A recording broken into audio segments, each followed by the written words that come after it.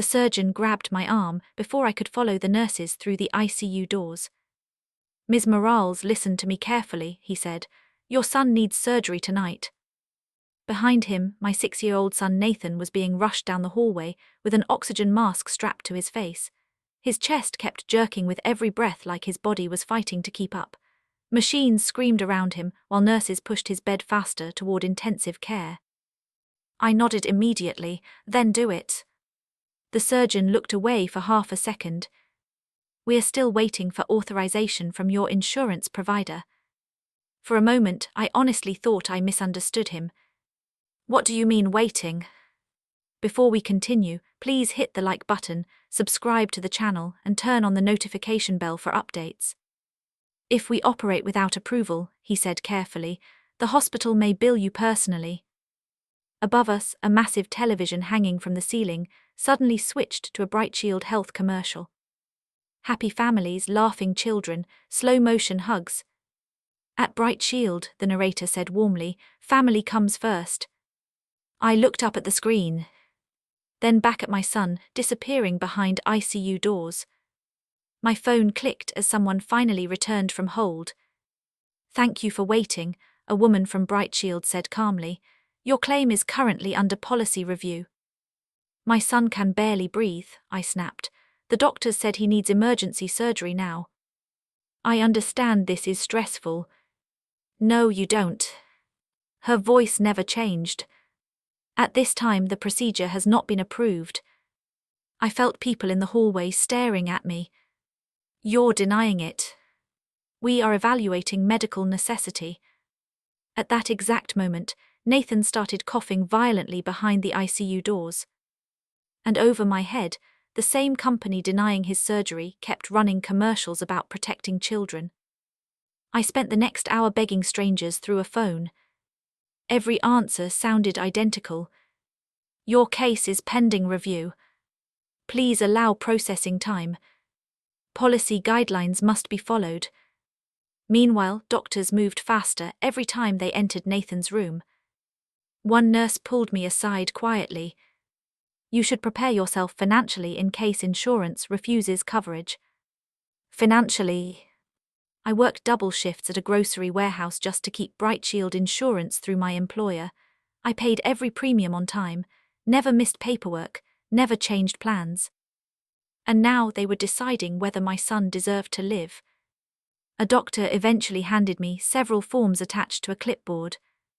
"If authorization doesn't come through," he said softly, "these forms acknowledge personal responsibility for the procedure."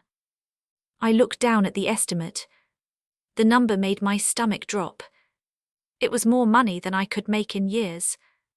My hands shook while I signed anyway. A few minutes later, my phone buzzed with a new email. "Official claim determination. Denied. Reason, insufficient evidence of immediate necessity." I actually laughed when I read it. Not because it was funny. Because 2 specialists had already warned me Nathan could die without immediate surgery.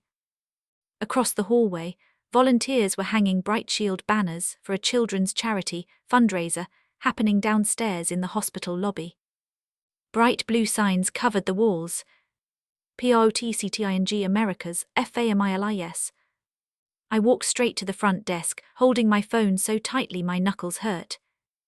"How can they sponsor children's events in this hospital?" I demanded, showing the denial email, while refusing to save my son. The administrator behind the desk went silent. Then she lowered her voice. "This happens more than you think." I just stared at her. Not a mistake. Not a delay. Something worse. My phone vibrated again. A voicemail notification from Bright Shield. I pressed play. "We understand this is emotional," the recorded voice said calmly, "but policy guidelines must come first." 3 days later, I was still sleeping in the hospital chair beside Nathan's bed. Actually, sleeping wasn't the right word. I was just closing my eyes whenever exhaustion forced me to. Nathan looked smaller every morning. His skin had turned pale from all the medications, and bruises covered his arms from constant blood draws. Around sunrise, he opened his eyes and looked at me through the wires taped across his chest. Are the doctors still waiting for permission? He asked quietly. That question nearly broke me. I forced a smile anyway. They're working on it. Nathan nodded weakly like he believed me. Then he fell back asleep while I opened my phone and checked the fundraiser page I'd created 2 nights earlier. $214. That was all. Not even enough to cover a single scan. I stared at the screen trying not to cry because I knew if I started, I wouldn't stop. Nathan's father disappeared years ago the moment hospital visits became permanent. Since then, everything depended on me: the warehouse shifts, the insurance, the rent, the bills. And somehow the insurance I killed myself to keep was now telling me my son's surgery wasn't necessary. Later that afternoon, one of the nurses closed Nathan's door behind her before speaking. You didn't hear this from me, she said quietly, but your family isn't the only one Brightshield has denied recently. I looked up immediately. What do you mean? She hesitated. Expensive pediatric cases, delays, reviews, appeals that take too long. Her jaw tightened. Some parents give up before approval ever comes. Before I could ask another question, she stepped back toward the hallway. I'm sorry, she whispered. I really am. The next morning, I took a bus downtown for an in-person review meeting at Brightshield's corporate office. Nathan stayed at the hospital with nurses while I carried an entire backpack full of medical records, specialist letters, handwritten notes, and photographs showing how healthy he looked before his condition worsened. The Brightshield office didn't even feel real. Glass walls, expensive artwork, fresh flowers everywhere. Employees walked around carrying catered lunches, while giant digital screens displayed Brightshield's newest campaign. CHANG Children's lives every day. I sat across from a claims supervisor who barely glanced at Nathan's files. Instead, he kept pointing at policy language on his tablet. Your son's treatment falls under advanced procedural review, he explained mechanically. He needs surgery, I snapped, not a review. We understand your concern. No, you understand profits. That finally made him look up. Another employee entered the room carrying paperwork and accidentally said, Is this one of the high-cost pediatric flags? The room went dead silent. The supervisor immediately stood up. You can leave now, he told the employee sharply. I stared at both of them. What does that mean? No further discussion is necessary. Did you flag my son because he's expensive? The supervisor's expression hardened instantly. Emotional arguments cannot influence financial determinations. Financial determinations. Like my son was a damaged car they didn't want to repair. When the meeting ended, I walked through the lobby in a daze. And there they were. Brightshield executives filming a social media video in front of a giant company logo, while child actors laughed beside them. Families are at the heart of everything we do, one executive said into the camera. Something inside me snapped. I pulled out my phone and started recording them while holding Nathan's unpaid surgical estimate in my other hand. That night, just after midnight, my phone buzzed with an unknown number. One text message. Your son's case was never meant to be approved. I must have reread that text 50 times before sunrise. Your son's case was never meant to be approved. I sat in the dark hospital room watching another Brightshield commercial play silently on the television mounted near the ceiling. Smiling parents, healthy children, soft piano music. Meanwhile, Nathan slept beside me with oxygen tubes taped across his face. That was the moment something changed in me. Up until then, I'd been begging. After that text, I stopped begging. I started recording everything. The next afternoon, I uploaded a short video online using clips from the Brightshield office lobby, the hospital fundraiser banners, and Nathan lying in his hospital bed while the denial email stayed visible on screen. I ended the video with one sentence. My insurance company spent millions telling America they protect children while denying my son emergency surgery. I expected maybe a few shares. Instead, the video exploded locally overnight. Comments flooded in faster than I could read them. Some people were furious for us. Others accused me of using Nathan for attention. One comment said, if the surgery was truly necessary, insurance wouldn't deny it. I almost threw my phone across the room. The next morning, Brightshield released an official statement. Ms. Morales appears to have misunderstood the terms of her policy coverage. Misunderstood. As if two heart specialists and an ICU surgeon somehow knew less than a corporate press department. Then reporters started calling. A small regional news station asked if I would do an interview outside the hospital. I almost said no. But when I looked at Nathan struggling to sit upright in his wheelchair, I realized silence was exactly what Brightshield wanted. So I agreed. The interview happened under grey skis outside the emergency entrance. Nathan sat beside me wrapped in a blanket while cameras pointed directly at us. The reporter asked carefully, "What do you want people to understand?" I looked straight into the camera. "I paid for insurance every month," I said. "And while my son waits for surgery, Brightshield is spending millions on advertisements pretending they care about families." That clip spread even faster than the first video. By evening, protesters had started gathering online around our story. And Brightshield noticed. A certified legal notice arrived at the hospital the following morning, demanding I stop making false and defamatory statements about the company. I read the letter twice, then laughed. Not because it was funny. Because Nathan still hadn't received surgery, and their priority was threatening me. That same night, a hospital employee secretly emailed me internal sponsorship records connected to Brightshield. The numbers made me sick. Marketing budgets had increased dramatically during the exact same period pediatric surgery approvals dropped. I stared at the screen, realizing this wasn't only about Nathan anymore. Other families were probably living this exact nightmare right now. A few days later, protesters gathered outside a luxury Brightshield corporate event, celebrating a new national advertising partnership. Despite the legal threats, I went. People recognized me immediately when I arrived. Some clapped. Others filmed me with their phones. Inside the ballroom, giant screens displayed another Brightshield slogan. Here for every family. I spotted one senior executive near the stage laughing with reporters. Before security could stop me, I walked straight toward him. "You spent millions on these commercials," I shouted as cameras turned toward us, while denying emergency surgeries for children. The room went completely silent. The executive tried to smile politely. "Ma'am, this isn't the appropriate place. How many kids did you deny to pay for these ads?" Every camera in the ballroom swung toward him. 2 security guards grabbed my arms almost immediately. As they dragged me backward through the crowd, I saw people staring at the executive instead of me now. For the first time, he looked nervous. Outside the event, while reporters crowded around the entrance, a journalist hurried after me. "There's something you need to know," he said quietly. I stopped walking.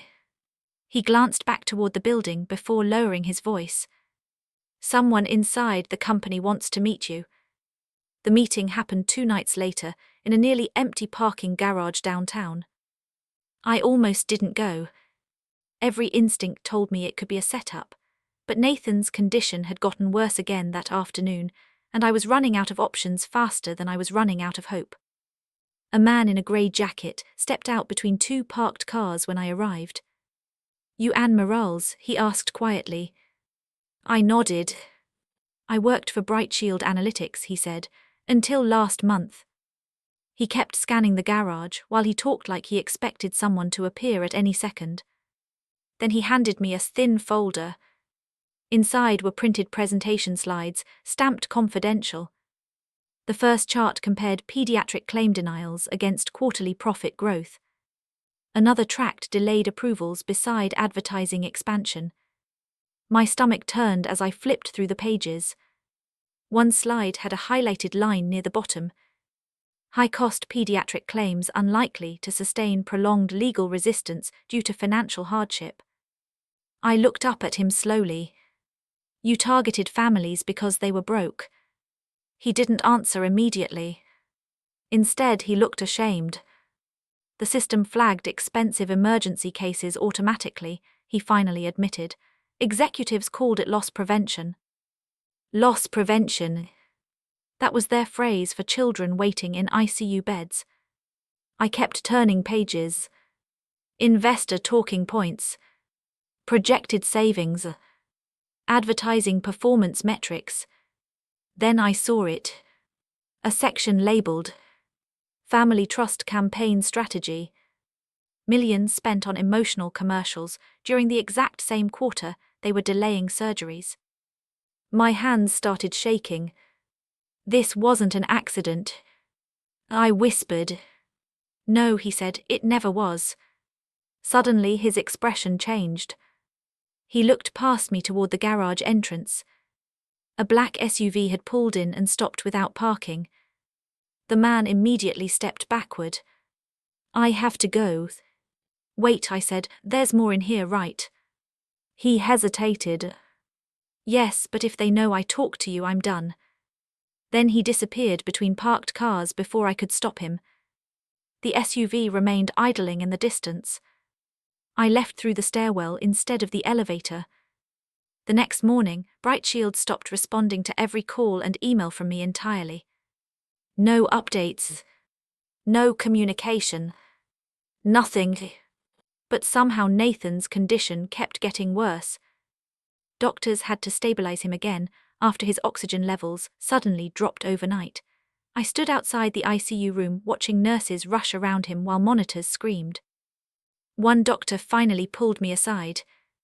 We can't keep delaying much longer, he said carefully. I already knew that.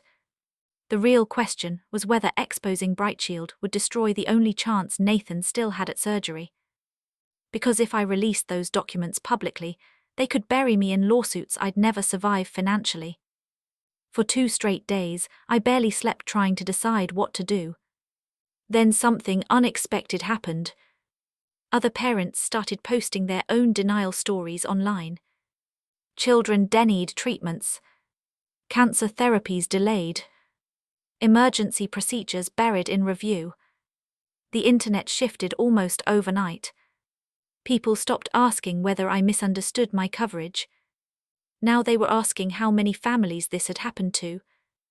A national investigative reporter contacted me after verifying parts of the leaked documents independently. By the end of the week, Brightshield's stock price started falling. Cable news channels began questioning their denial practices publicly. And then my phone rang. Private number. I answered immediately. Ms. Morales, a man said calmly, I'm calling on behalf of Brightshield executive leadership. I said nothing. We are prepared to authorize Nathan's surgery immediately. My heart nearly stopped. But then he continued. Provided you agree to sign a confidentiality agreement and discontinue all public accusations against the company. I closed my eyes. There it was. Not compassion. Not guilt. Fear. For the first time since this nightmare started, they were afraid of me. I looked through the ICU window at Nathan sleeping under hospital lights. Then I spoke quietly into the phone. How many other parents got this call too late? The executive said nothing. Not a single word. I didn't sign the agreement. God knows I wanted to. Nathan was still in the ICU. Every hour without surgery felt like standing on the edge of a cliff waiting for the ground to disappear beneath me. The executive had made it sound simple. Stay quiet. Protect the company. Save my son. But once I saw those documents, I couldn't unknow what they'd done. Not just to Nathan. To all of us. The next morning, I handed everything over. The confidential slides, internal emails, recorded phone calls, the sponsorship budgets, the denial statistics. Every piece of it went to investigative reporters and federal regulators at the same time. Then the story exploded nationally. Within days, Bright Shield's commercials were playing beside leaked internal documents on every major news channel in the country. One screen would show smiling children running through sprinklers while soft music played. The next would show executives discussing cost containment opportunities tied to pediatric emergency claims. Former Bright Shield employees started coming forward publicly. One woman from the claims department admitted they were trained to delay high-cost approvals until families became financially desperate enough to accept reduced treatment plans or stop appealing entirely. Another leaked executive email hit the news 2 days later. It said, "Extended review periods continue reducing payout exposure among financially vulnerable policyholders." Financially vulnerable. That was their term for parents like me sitting beside hospital beds, praying someone approved surgery before it was too late. Bright Shield executives went on television denying everything. But every denial made things worse. Reporters uncovered that the company had spent more money on national advertising campaigns than they had on several categories of emergency pediatric approvals, combined during the same fiscal period. Public outrage turned vicious almost overnight. Investors started pulling out. Law firms announced class action lawsuits. Congressional hearings were scheduled. Executives resigned one after another. Even the claims supervisor who dismissed me during the review meeting was suspended pending investigation. But the worst part came later. One investigative reporter called me privately after reviewing additional leaked files. "And," he said carefully, "there's something you need to know." I already felt sick before he finished speaking. Nathan's surgery had actually been medically approved internally weeks earlier. Weeks. The doctors had already confirmed the necessity. But Bright Shield delayed final authorization under profitability review because the projected payout exceeded internal targets. I sat on the hospital floor after hearing that. Not crying at first. Just staring at nothing. Nathan suffered because executives debated whether saving him made financial sense. That was the moment something inside me broke completely. And somehow that same week, everything finally changed. The pressure became too public, too visible. An emergency legal intervention forced Bright Shield to stop delaying treatment, while independent hospital funding covered the immediate surgical costs. Nathan went into surgery 48 hours later. The longest hours of my life happened inside that waiting room. No cameras, no reporters, just me staring at closed operating room doors, praying I hadn't been too late. Then the surgeon finally walked out. And for the first time in months, he smiled. The surgery was successful. I think I stopped breathing for a second before collapsing into tears. Real tears this time. Not fear. Relief. Nathan's recovery took months. Slowly the color returned to his face. The oxygen tubes disappeared. The bruises faded. One afternoon, while we sat together in his hospital room during recovery therapy, he looked up at me quietly. "Are the bad people gone now?" I brushed his hair back gently. "They can't hurt us anymore." Months later, Bright Shield was drowning in investigations, federal penalties, and financial losses. Their famous Families First campaign disappeared entirely. Executives who once hid behind press statements now sat under oath answering questions in hearings broadcast nationwide. Meanwhile, my life became strangely quiet again. I received offers for interviews, advocacy deals, even publishing contracts. I turned most of them down. I didn't want fame. I wanted peace. I wanted my son alive. That was enough. Years later, Nathan and I were sitting in our apartment one evening while he laughed at some cartoon playing across the room. My phone rang from an unknown number. I looked down at the screen. Bright Shield Health. For a moment I just stared at it. I remembered begging them to save my son, while they placed me on hold beside advertisements about protecting families. I remembered crying in hospital hallways while executives calculated profits. The phone kept ringing. Nathan laughed in the background, and without saying a word, I hung up. The company that once made me beg for permission could never make me afraid again.